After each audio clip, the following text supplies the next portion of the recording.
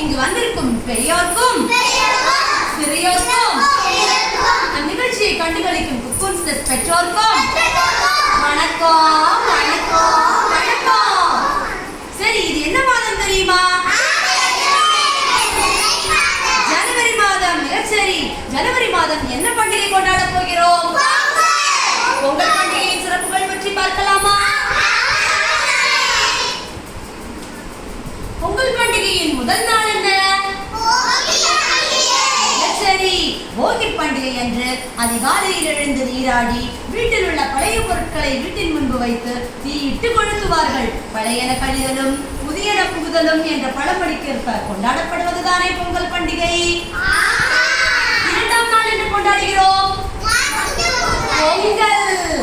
பொங்கல் தினத்தன்று அதிகாலையில் எழுந்து நீராடி புத்தாடை உடுத்து புது பானையில் புது அரிசி இட்டு பொங்கல் வைத்து சூரிய பகவானுக்கு படைப்பார்கள். அதுதான் பொங்கல் பண்டிகை. சரிதானே? மூன்றாம் நாள் என்ன?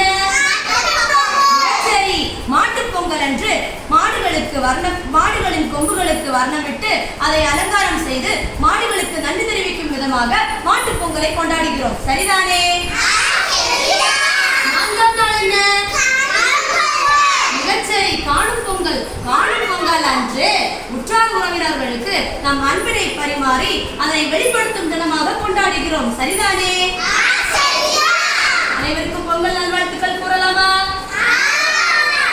கூறுங்கள். அனைவருக்கும் இனிய பொங்கல் நல்வாழ்த்துக்கள். பொங்கலோ பொங்கல், பொங்கலோ பொங்கல்.